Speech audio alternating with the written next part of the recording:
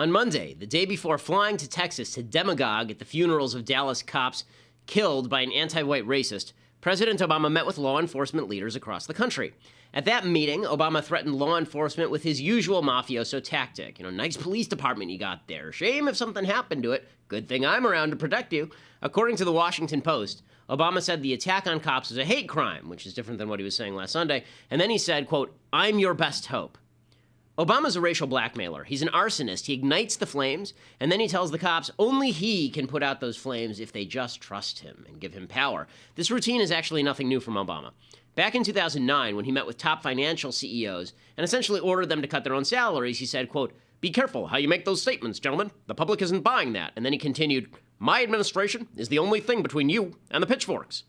And these tactics are despicable, and they should be condemned by anybody of decent heart and mind. President Obama called police officers around the country racist on Thursday morning, hours before cops were shot by an anti-white racist in Dallas. Then he claimed he had no idea why the shootings had happened in the first place, and now he says they were hate crimes, but that only he can heal the country and advocate for the cops. This is scurrilous nastiness of the highest order, and his grandstanding isn't going to end there. Obama, right now, as we're speaking, he's going to stand over the caskets of the officers and rip into cops. Here's a statement he put out this morning via the White House. Quote, "I reject the idea that these issues are somehow too big for us, that America is too divided to find common ground. As I've said, I know that we can honor the incredible courage and service of our police officers and also recognize the racial disparities that exist in our criminal justice system. There's no contradiction there. And if we are going to come together to solve those problems, we have to understand that. So we'll have to talk to each other, we'll have to listen to each other, and we'll have to see each other as equal parts of the American family." So, in other words, the cops are still racist, just these dead cops aren't racist, and the only reason the dead cops aren't racist is because they're dead. If they'd lived, and we'd waited a week, and they continued to arrest a quote-unquote disproportionate number of black people, in other words, arresting people responsible for crime regardless of race, they'd still be part of the problem. Obama isn't interested in fixing anything. He's interested in setting fires. And the whole nation is burning. I'm Ben Shapiro. This is The Ben Shapiro Show. Tend to demonize people who don't care about your feelings.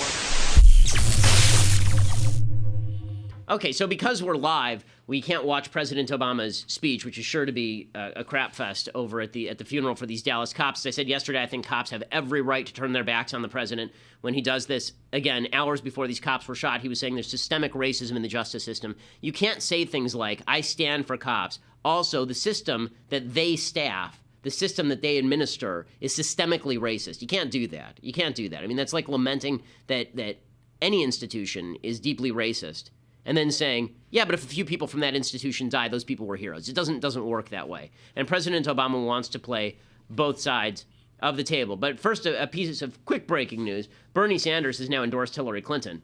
So we can watch a little bit of Bernie Sanders endorsing Hillary Clinton. This is clip 23. "I have known Hillary Clinton for 25 years. We were a bit younger then.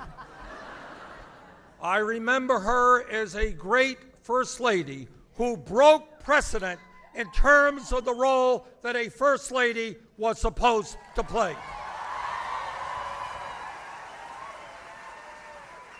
And as she helped lead the fight to universal health care. I served with her in the U.S. Senate and know her as a fierce advocate for the rights of our children.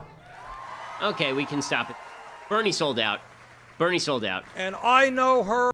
Bernie's done, right? I mean, he's sold out. So it turns out the all-principled socialist, the man who could not be bought, he was bought for basically a song by Hillary Clinton. Basically, the way this went was Hillary went to him and she said, "What do I need to do to get you to endorse me?" He said, "I would like a pudding cup. I love pudding, but I don't know why there are so many types of pudding. Why? There don't need to be that many flavors of pudding. The world would be just fine if there were one flavor of pudding and the rich must pay for the pudding. Why am I here? I don't know where I am. Take me back to a rubber room from whence I came. Also, I may have pooped." So he's standing so he's standing there endorsing the lady, and I love all the Bernie Sanders supporters today saying, well, he fought the good fight. He really fought the good fight, and now he's just getting in line, and we're unifying behind Hillary. Okay, he was like 2 weeks ago saying that Hillary Clinton was deeply corrupt because she was giving speeches for Goldman Sachs. I don't know if you remember that. I know maybe he has short-term memory loss, but Yeah, you shouldn't. Okay, he was ripping into her for being a corrupt harridan 5 seconds ago, and now she's the greatest thing I have ever seen, or at least that I can remember, and I can only remember as far back as what I ate for breakfast this morning, and it was Metamucil. So Bernie Sanders endorsing Hillary Clinton, that's big news, demonstrating once again that nobody in politics has any principles, including the so-called principled socialists. I've ripped into Republicans for shifting the nature of the Republican Party to fit Donald Trump. I will rip into Bernie Sanders and his idiot supporters for now moving over to the most corrupt woman in politics, Hillary Clinton. I love how he stood there and he said that she's going to fight for financial redistribution. She's going to fight for a fairer world that doesn't benefit the top 1%. Like, she's standing right there, Bernie. You understand? She's like right next to you when you say this. And that jacket she's wearing is probably a $1,000 jacket, which she got wildly overcharged, if that's how much that jacket cost. I mean, she could have just stolen it off the dead body of Violet Beauregard from Willy Wonka and the Chocolate Factory. I do not know why she is dressed like someone from the Chocolate Factory, or why there must be chocolate factories putting small chocolate manufacturers out of business, or why there is slavery for the orange Oompa Loompas. I love those things. I don't know what they do. I only hope they have fruit cups. Okay, so we'll put aside.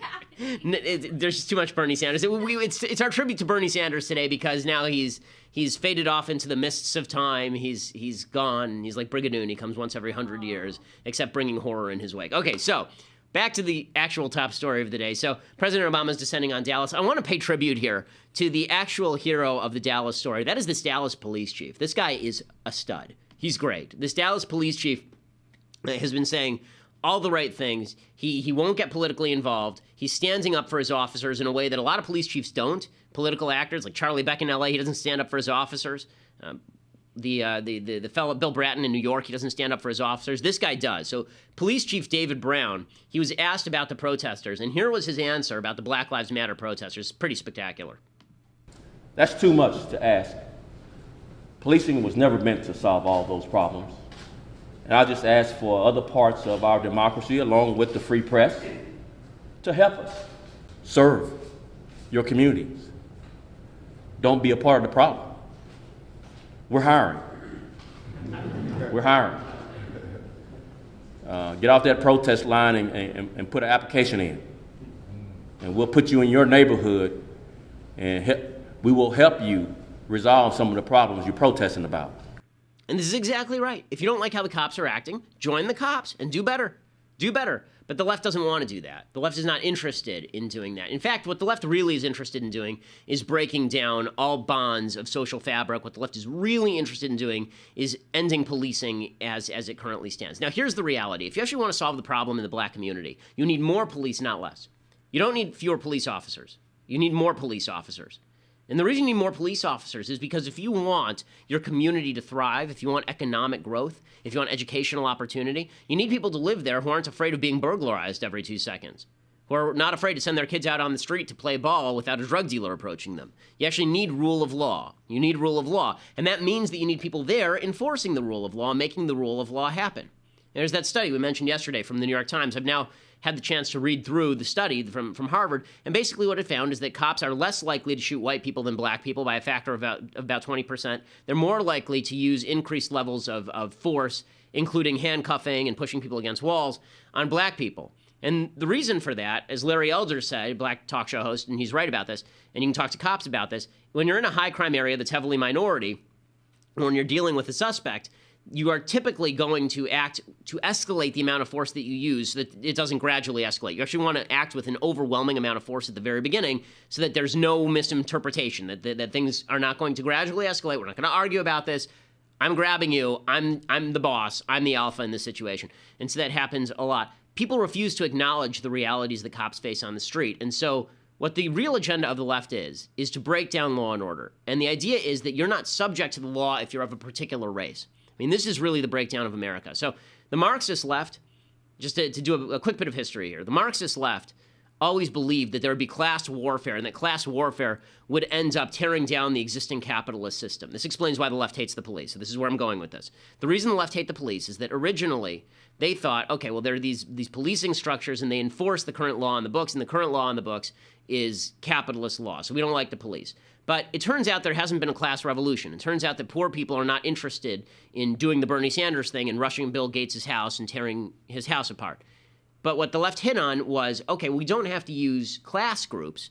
We can use racial groups for this instead. We can put race against race. We can use natural tribalism to tear down the system. So we'll put black people against white people. We'll put black people against law enforcement. And we'll suggest the entire system has to be torn down around our ears, Samson-like, in order to achieve the building of a new system. And this is what you're about to hear. So we're going to play through a lot of the audio that you've been hearing from a lot of the major media figures on the left, a lot of the Black Lives Matter people. The argument that they're basically making, their new argument, the one that they care about, is that the police ought not to be involved at all in policing minority communities. That's, in essence, that's what they want.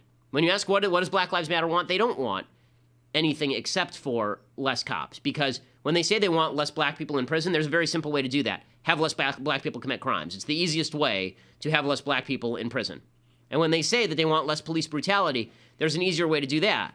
And that is have less crime in your areas, less confrontations with the cops, less people who are going, fewer people rather, who are going to attack the cops and confront the cops, and make sure that there are enough cops in the neighborhood. Cops have to act more aggressively when they're understaffed. Right? In major cities, there's like one cop for every 200, 300 people.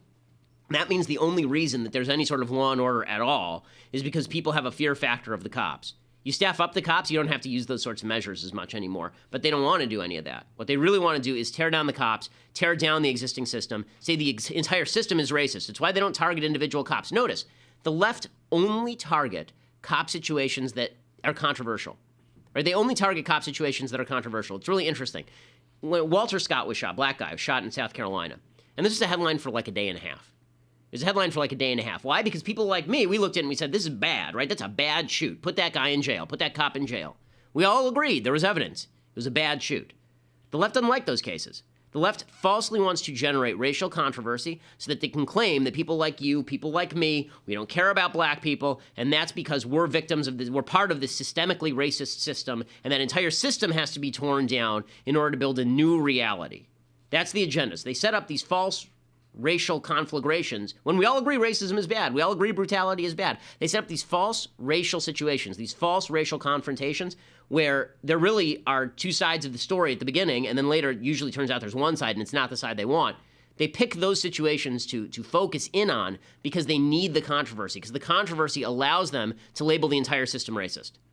Because if they were to pick the ones that are non-controversial, it proves the system isn't racist, right? Walter Scott proved the system was not racist. We all condemned the shooter in Walter Scott, the police officer in Walter Scott. Instead, they'll pick Michael Brown because then when we say, no, we need more evidence, they say, you're racist. You're racist. That's what they're looking for. Okay, so Mark Lamont Hill is a professor at Morehouse University, historically black college. He's also a CNN contributor. Listen to what Mark Lamont Hill had to say about black people and racism. This is an amazing statement, what you're about to hear. Wow, there's so many things to say there. First of all, and by the way, Black Lives Matter and the movement for Black Lives this morning issued a pledge, which I actually tweeted out today, calling for justice, calling for peace, and calling for a togetherness at a moment where we're attempting to be divided. So I think it's really important that. To say that the Black Lives Matter movement is racist is bizarre to me. Not just because black people don't have the institutional power to be racist or to deploy racism, but because the movement is called for justice. It's called for demilitarization. It's called for nonviolence. And because a few people enter that space and kind of colonize that space and do something other than what the movement is about doesn't mean the movement is wrong. In the same way that Tea Party movement called for fiscal responsibility. But there are racists at the rallies. I've been to some of the Tea Party rallies. There are racists there. But I wouldn't say the Tea Party is a racist movement as such. I would say that there are people who invade it and divert the movement. So I've actually agreed with the basic premise that you can't slur the entire Black Lives Matter movement with violence of some of the members. Right? I've said this on this show. But you'll notice he slides in a line there, and just everybody sort of glosses over it. He slides in a line there where he says, blacks are incapable of racism because they don't have power.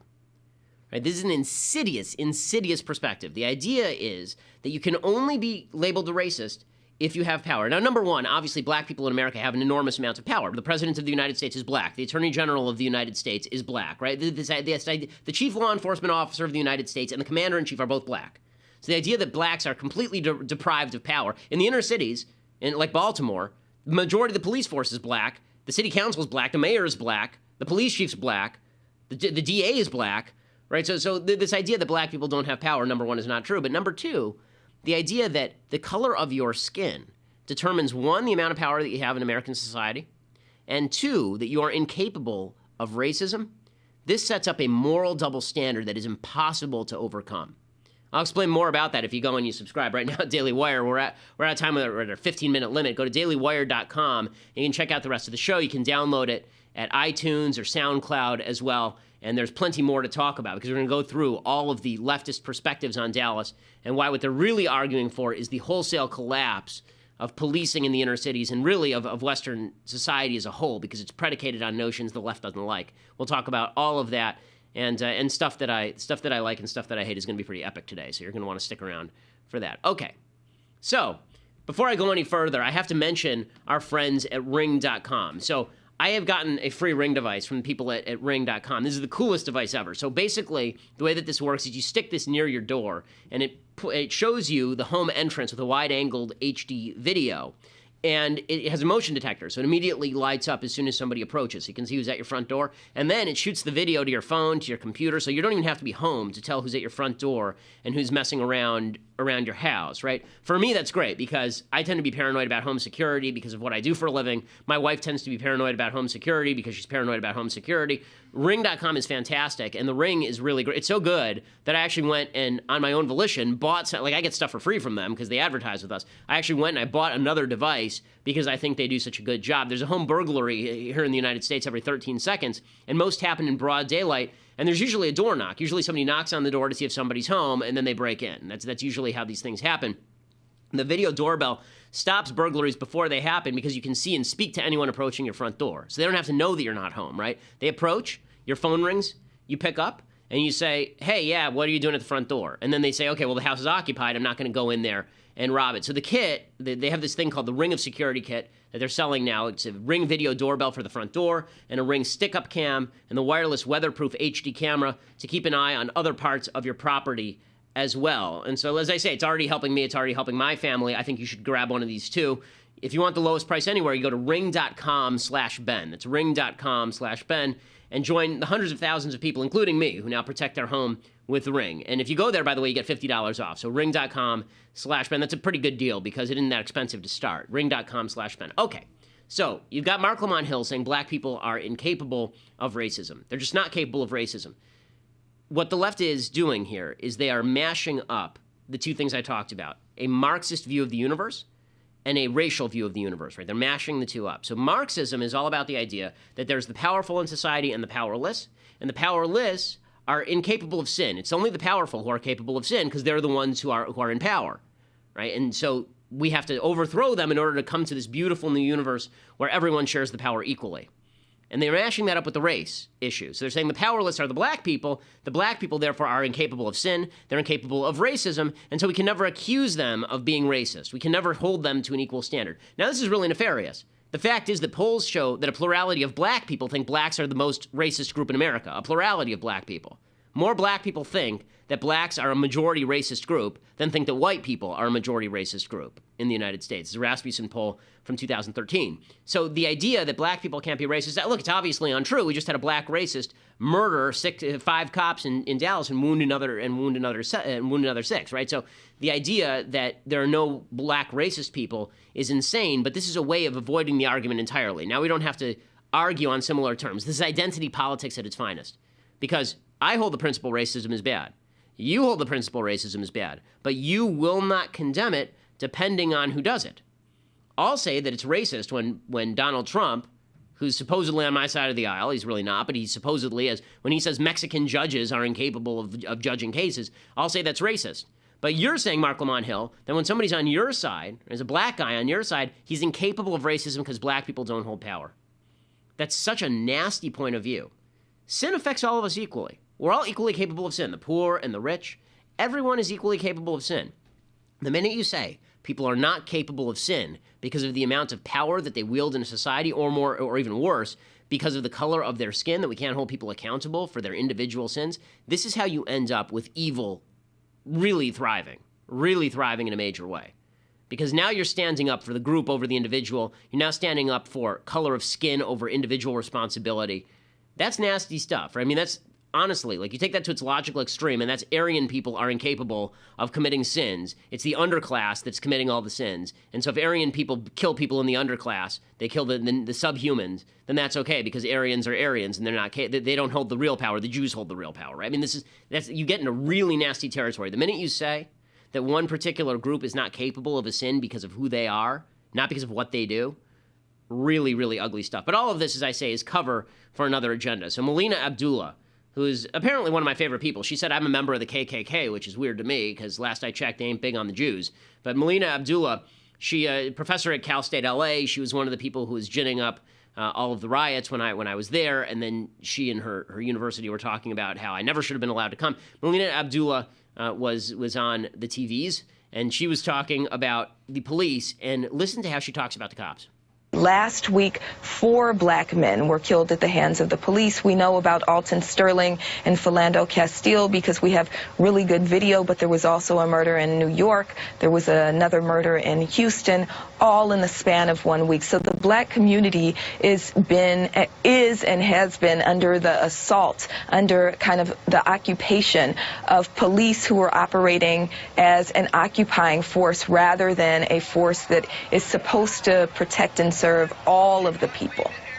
Okay, so it's an occupying force now. It's an occupying force, as opposed to they're actually policing crime. Now, if you talk to law-abiding members of the black community, they'll tell you, we need more cops here.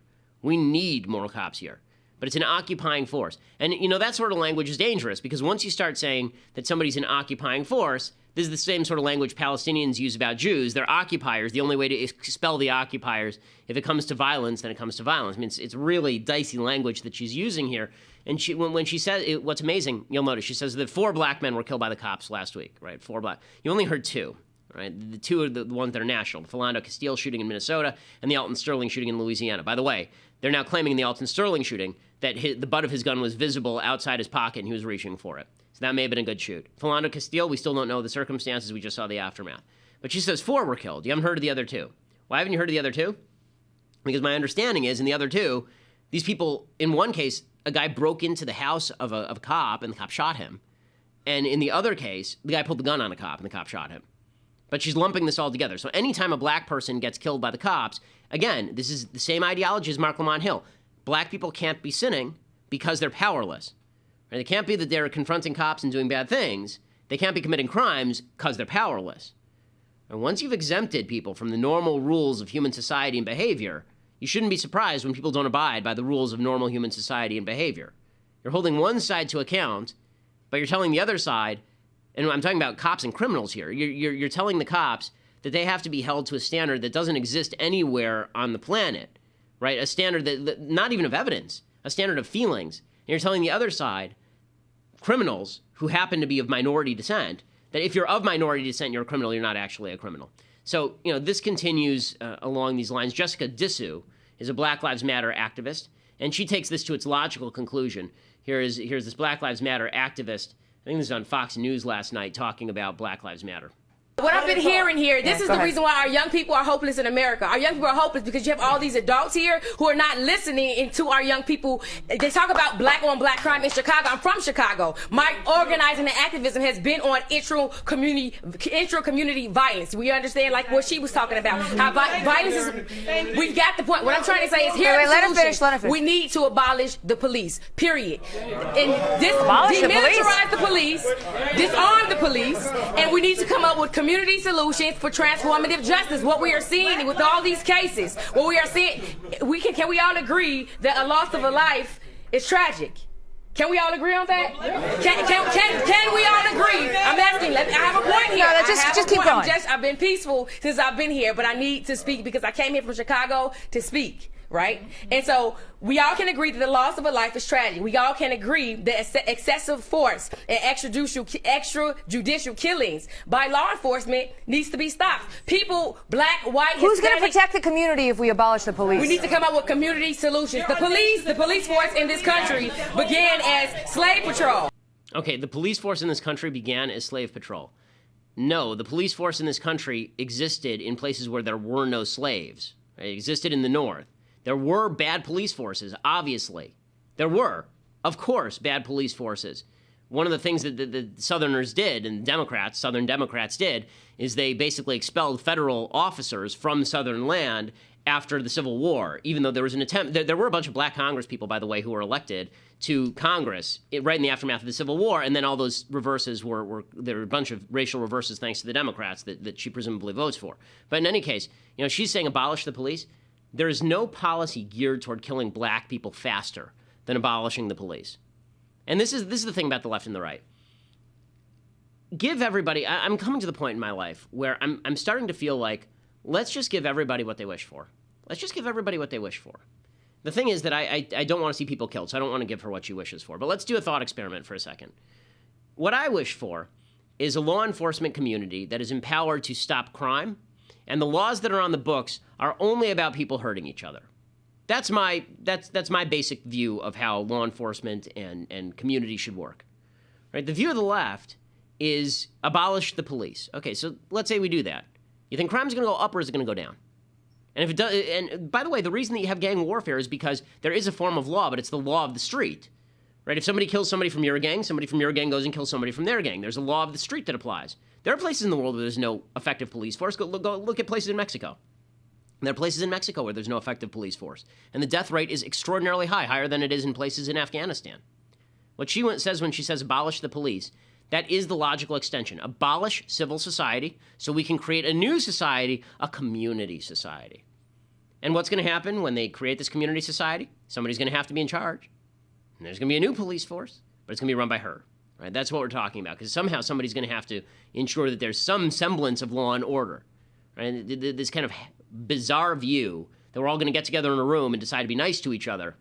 That's not how life works. But this is what they want. They want to tear down society. So the ideal is get rid of the police, get rid of the law, push all those people out, blame the cops, say that black people aren't subject to the same rules of morality as other people, as Mark Lamont Hill apparently says.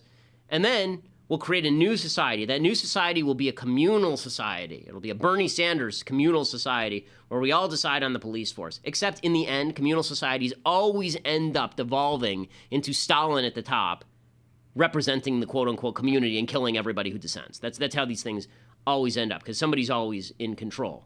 And so if the people in control aren't subject to law, if it's just subject to the whims of the quote-unquote community, you got a problem on your hands. So this sort of stuff is becoming common, unfortunately, this sort of rhetoric, and their refusal to even recognize basic reality. So on CNN there was a panel, and one of the members of the panel was asked about whether black people are prone to criminality. Black people are not prone to criminality because of quote-unquote race. Okay, it's not black people any more than white people or Hispanic people. The color of your skin doesn't determine your criminality. It is statistically true that blacks in America commit a disproportionate share of crime. Doesn't mean the individual black person is more prone to criminality than the individual white person, of course. But what it does mean is that statistically speaking, blacks as a share of the population commit multiple times more crime than whites do, than Hispanics do, certainly than Asians do. And so that was basically what was said on CNN, but again, you're not allowed to say true things on mainstream television. There is considerable evidence of racism in Ferguson, so it isn't true that there was no evidence of racism. There were racist emails, racist phone calls, racist practices. He's saying in this specific incident. No, but let me finish. There were 3 emails, I believe, that were racist, correct? But Harry, there's only 3 emails. Harry, there's only like 100. It doesn't matter. But Harry, hold on. That means it's systemic. Guys. Harry's still on national TV and just said that black people are prone to criminality. I wouldn't be able to respond to that. Okay. Well, they are. But you think black people are prone to criminality? The statistics here show this. You don't mean to say that. I'm going to give you a chance to correct me. You don't mean that black people are prone to criminality. What does this say? I don't know what that says, but I know... The chief can back me up because he's coming right out of He's not going to stay on national TV and say black people are prone to criminality. I am telling you, 75% of all shootings are blacks. I'm hoping you just don't know. 75% of shootings... What you're doing is you're interpreting something else I'm saying into your narrative. That's what you do. I'm just trying to talk. Mark, hold on one second.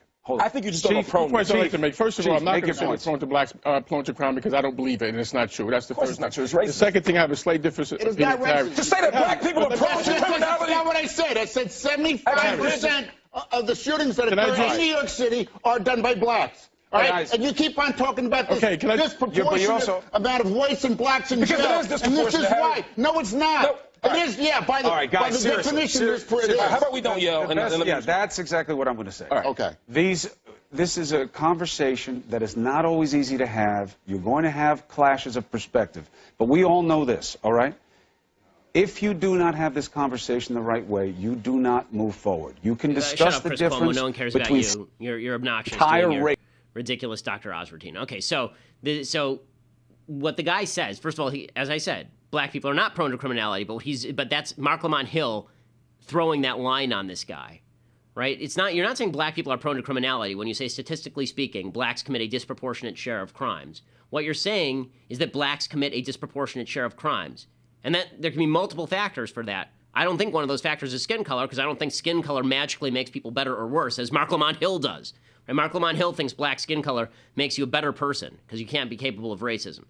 And it continues along. Michael Eric Dyson is a professor at Georgetown. It's amazing. You have to be a professor at a major university to be as stupid as some of these people. Michael Eric Dyson is on CNN, and he says that Obama is going to visit Dallas to speak. He's doing it probably right now, speaking about the cops. And here's what he says about Barack Obama visiting. Well, I would have preferred him go to Louisiana, then on to Minnesota, then end in Dallas, because he could truly bring, as Professor Brinkley talked about it, healing to the nation. He's got to acknowledge the lethal and ferocious assault upon that police department there in Dallas, and he's got to acknowledge the lethal and ferocious assault upon black men's and women's lives in America, and he's got to acknowledge both at the same time. And he can do that by... Stop right there. Notice the moral equivalence that Michael Eric Dyson is drawing there. The lethal and ferocious assault on the police force is the same as the lethal and ferocious assault on black people. In Dallas, a black man who hated white cops went with purpose, malice aforethought, and shot and murdered parents of children, women, men, cops, shot them, killed them. Knowing what he was doing, they didn't do anything. He is now equating the shootings of black people in the United States by the cops with that sort of purposeful malice aforethought. Okay, that's insane. That's insane. This is a country of 40 million black people, 40 million black people. You know how many quote-unquote unarmed black people were shot in the United States last year? 36. 36. And a huge number of those were people who attacked cops and tried to take guns off the cops or resisted arrest. I mean, or did something dangerous. The number of unarmed black people who were wrongfully shot in the United States is in single digits. And he's equating that to these people going out and this guy going out and shooting cops purposefully. You're ascribing that sort of KKK racism to the cops, and then you expect the cops to police communities and do their jobs? You expect this country to hold together when you're accusing its law enforcement community of this nonsense? And this sort of stuff is really despicable, really despicable. But again, when you're brought up in the notion that American society is inherently racist, when you believe Barack Obama's sick routine, that that racism is part of our DNA, not that racism is part of our history and we fought hard to overcome it, but that it's part of our DNA, it's unalterable. We can't change it in any real way, and that it's systemic, that it's deep-rooted and deep-seated, and it's not going away. Right? We've gotten better, but we always have 10% more to go. When you believe that, you end up in this perverse situation where the only real solution, if you believe that, the only real solution is the solution to disband the cops, right? If the police are the KKK, the only solution is to disband the police. You end up back where the crazy lady said we should end up, right? No cops anywhere. And that, again, does not help black people.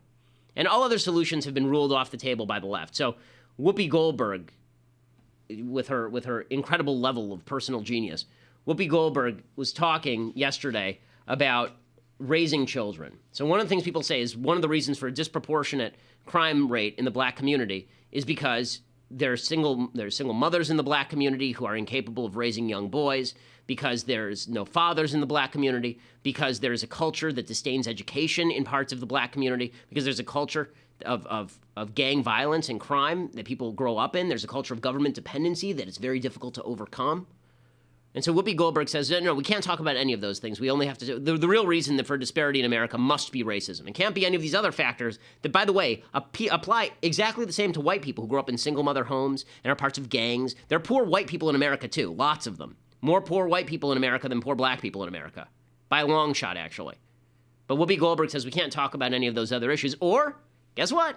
You're a racist. Here we go. Don't tell us how to raise our kids. So telling us, particularly black folks and particularly black parents, that we need to teach our children better because they're probably going to be killed by each other is not the way to do this. Because we already know what we need to say to our children. This has been going on a very long time. But it doesn't help if you stir the pot, Rudy. Well, he's not the only one. No, he's not the only one, but he's the one I'm talking to now. Yeah. Along with Mr. Bratton, you know, to tell us to take a page out of the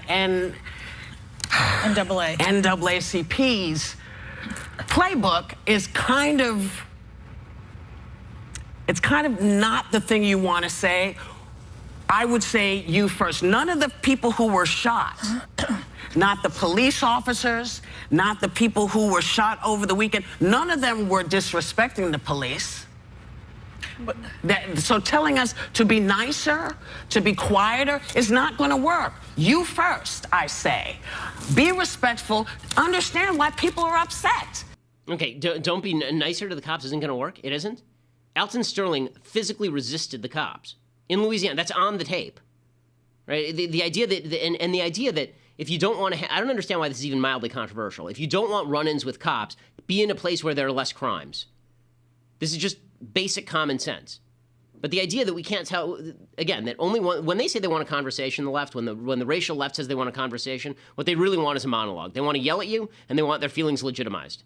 You know, when I talk to my wife, we'll have conversations where she's upset sometimes. And we have a rule in these conversations, which, by the way, you should apply to your relationships and marriage. It's a very useful rule.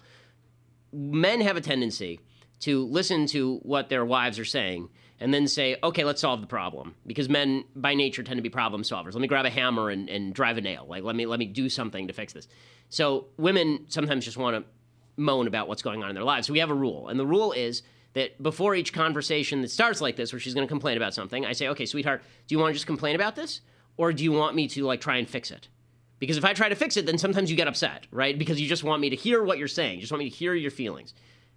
What we're talking about racially, I think one of the biggest disconnects here is that the left pretend that they want solutions, and they don't. They just want to complain about the problem because they gain votes and they gain credibility, and it's not politically dangerous to talk about solutions. Talking about solutions is politically dangerous because those solutions are almost always politically unpalatable. Solutions like get married before you have children. Solutions like raise your children not to join gangs and become involved in criminal activity. Solutions like there need to be more cops in your community, not fewer cops in your community to enforce the law. Solutions like your community has to cooperate with the cops to turn in criminals rather than protecting criminals because they happen to be members of your family or people that you know.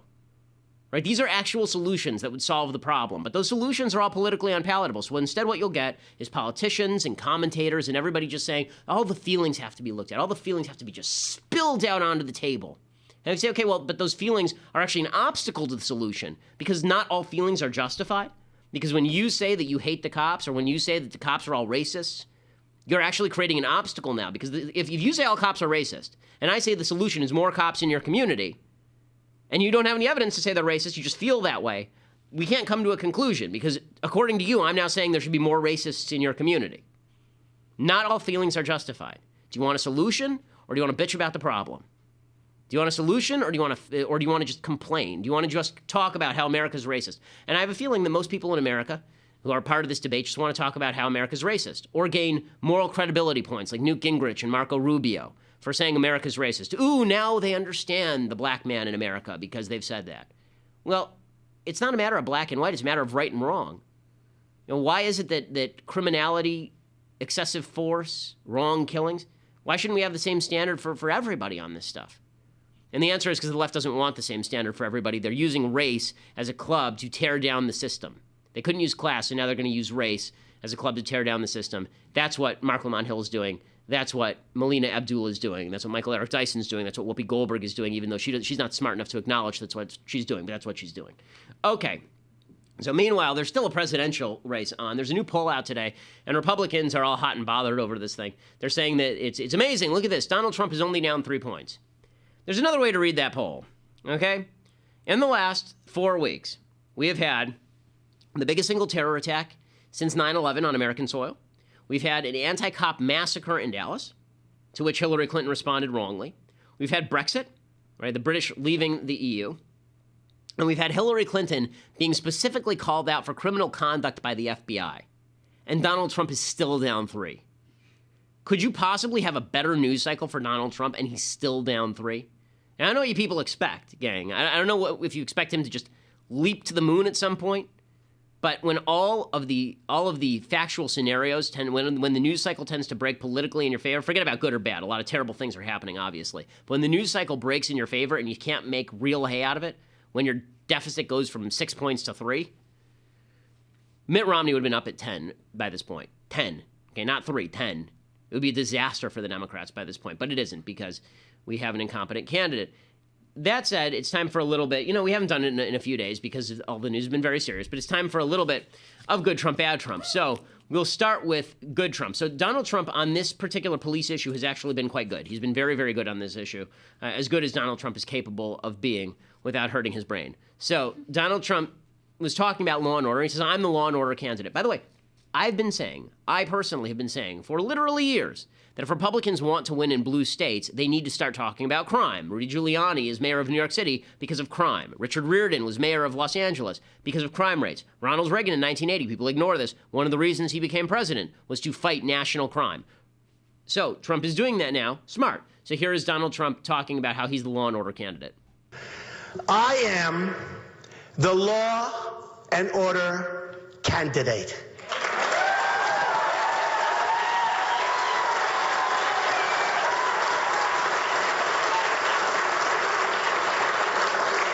Hillary Clinton, on the other hand, is weak, ineffective, pandering, and, as proven by her recent email scandal, which was an embarrassment not only to her, but to the entire nation as a whole, she's either a liar or grossly incompetent. One or the other. Very simple.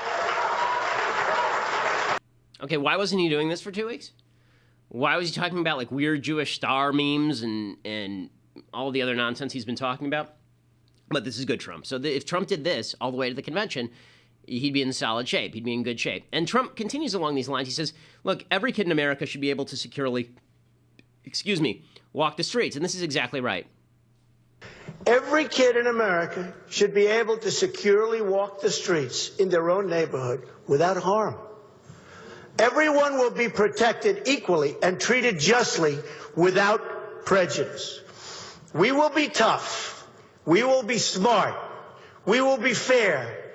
And we will protect all Americans. Okay, that's good stuff. That's good stuff. And Hillary Clinton doesn't say that stuff. She just says white people need to be more considerate. White people. So a black guy shoots 11 cops, and the problem is white people. Obviously, clearly. And then it was time for a little bit of, you guessed it, bad Trump, because it's a day ending in Y. So here's Donald Trump explaining what he's going to do at the Republican National Convention. And that is he's going to be Donald Trump. The big question is, with the Republican National Convention coming up, am I going to use a teleprompter or not? And I don't know if it's ever been done without essentially a teleprompter. Is that a game time decision? No, I would say I'll make a decision at some time, maybe a week before, but I'd love to do it actually without a teleprompter. Oh boy. And Donald Trump without a teleprompter at the Republican National Convention. I mean, why doesn't he just pour gasoline on himself and set himself on fire right now? Like, just finish it. I mean, that is crazy talk. That's crazy talk. So you wonder why people are a little nervous about Donald Trump? There, right there. That's the reason people are a little nervous about Donald Trump. Okay, time for some things I like and then some things that I hate. So, things that we're doing surprise endings this week. So, because I'm hoping for a surprise ending at the convention, but I'm going to be sadly disappointed. So, surprise ending this week. So, Planet of the Apes. Everybody knows the surprise ending at the end of Planet of the Apes, the original Planet of the Apes. If you don't, it's because you're culturally illiterate. But I'll assume you are for purposes of this particular segment. Planet of the Apes is actually a really good movie. The original, written by Rod Serling, the guy behind Twilight Zone. The concept is great. The script is terrific. The music is phenomenal. Jerry Goldsmith wrote the score to this film, and he wrote it in Arnold Schoenberg's 12-tone style. The way that 12-tone works, basically, is that if you use, there are 12 tones in a scale, including the half steps. If you use any tone in the 12 tones, you now have to use the other 11 before you can go back to the original tone, right? This entire score is written in Schoenberg 12-tone style, and it gives it a really weird, creepy feel. The score is brilliant. It's brilliant. And the movie itself is really compelling, and it's a very good movie. And the ending is, of course, I mean, the first time I saw this, I was probably, I don't know, 8 or 9. The first time I saw this, I was just jaw on the floor, the ending to this film. Okay, so here's the preview for those who have never seen the original Planet of the Apes.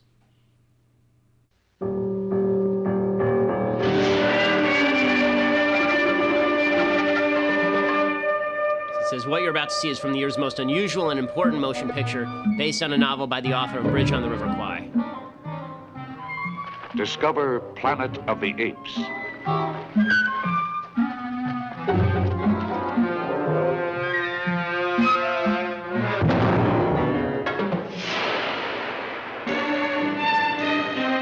A civilization where humans run wild in the jungles. The superior beings are apes.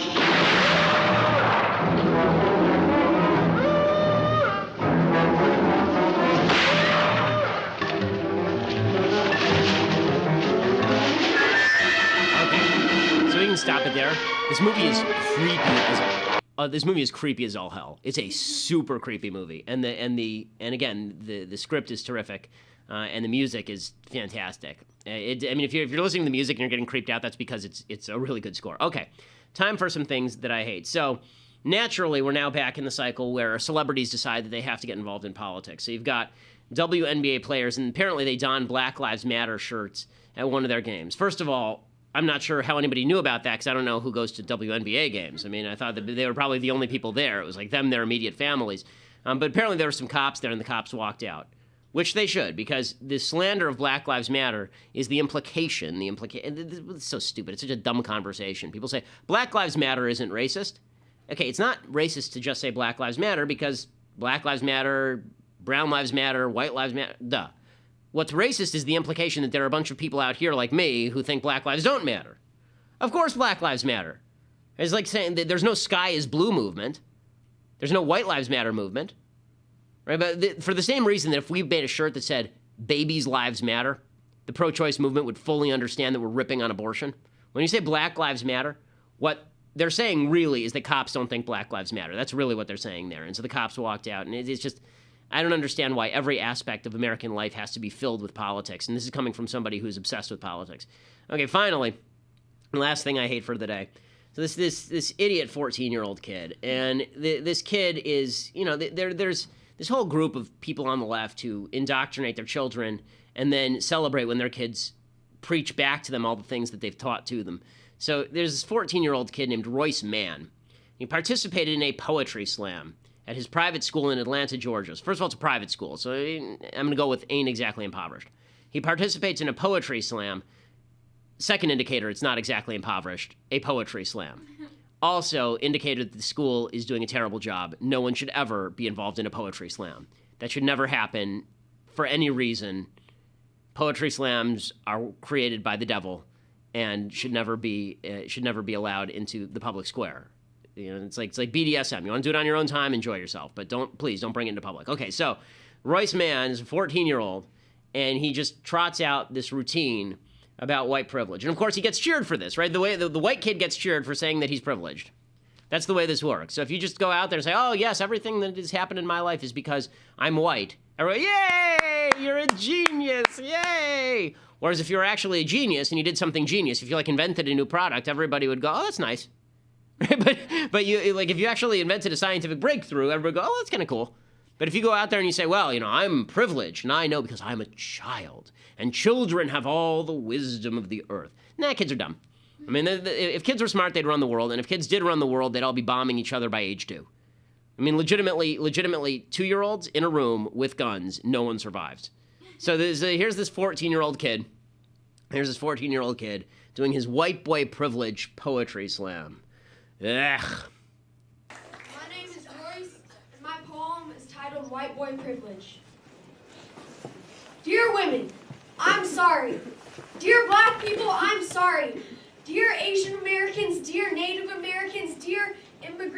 come here seeking a better life, I'm sorry.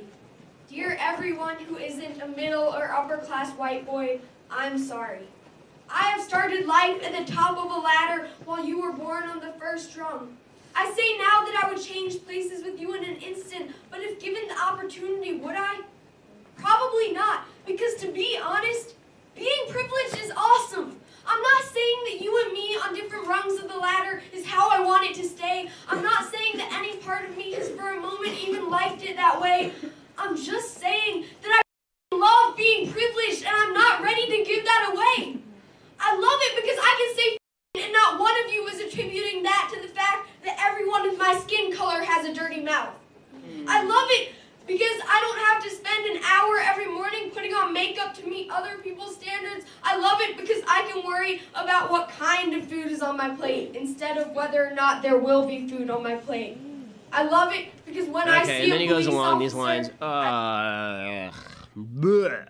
Okay, let me explain something to you, stupid 14-year-old child. Everyone in life, everyone is born in a different circumstance. All the people are born in different circumstances. Yes, some of those are better. Yes, some of those are worse. But if you don't have equal rules that apply to everyone, it matters where you end up in life and what direction you're going, not where you started. If you think that where you started is where you end up, then you're living in a tyranny. If you think that where you started should not determine where you end up, then you're in favor of freedom and you should get out of the way instead of just wandering around talking about how privilege is an unalterable lack of privilege is an unalterable burden that you can't overcome. You're just stuck. No matter if you're born without privilege, then you're just stuck. Of course, people are born with different privileges. They're born with two parents instead of one parent. They're born rich instead of poor. They're born smart instead of stupid. Like, this happens. That doesn't mean that the solution to that is to simply apologize for your privilege and then suggest that that privilege is unalterable and you're stuck where you are. Again, that's part of the whole tear down the entire system routine, because if you're stuck where you are, that's unfair. We have to tear down the entire system. And by the way, I don't attribute the kid saying the F word to the fact that that he's white. I don't attribute black people saying the F word to the fact that they're black. I attribute people who are 14 years old saying the F word to the fact that they have crappy parents. That's what I attribute that to. Regardless, and crappy teachers who are sitting there just nodding along. How about, again, equal standards applied to everyone. That doesn't mean we all finish up in the same place. It doesn't even mean that we all have equal opportunity, so to speak, because the fact is that we don't. I don't have an equal opportunity to play in the NBA. Number one, I have no outside jump shot. Number two, I can't exactly post up. I'm 5'9", right? So, but that doesn't mean that the rules don't apply to everyone equally, and what you make of those rules is up to you. It's your job to make sure that you succeed in life. It's the government's job to make sure that everyone else gets out of your way. It's not the government's job to correct what Thomas Sowell calls cosmic imbalances. There's no quest for cosmic justice inherent in life. And sitting there complaining about how you're born, welcome to Earth. Welcome to Earth. Nobody begged to be born. None of us had a choice in that. And nobody begs to die, or very few people do. We don't have a choice in that either. What we do between those 2 points, that's up to you in a free society. And you should aim for the kind of society where that is up to you, not the kind of society where your circumstances is changed by outside forces beyond your control, or where you get to victimize your neighbor in order to change your own circumstance. We'll talk more about that. I'm sure we'll talk about President Obama's address. He's speaking right now about the Dallas cops. I'll give you the update on that tomorrow. There's plenty more to talk about. Plus, I think that we're going to switch it around. I think we're going to do the mailbag we'll keep doing mailbag on Thursdays. I think we'll do Bible verse on Wednesdays, so we separate it a little bit. So tomorrow we'll do some Bible talk, if that's your thing. I'm Ben Shapiro. This is The Ben Shapiro Show.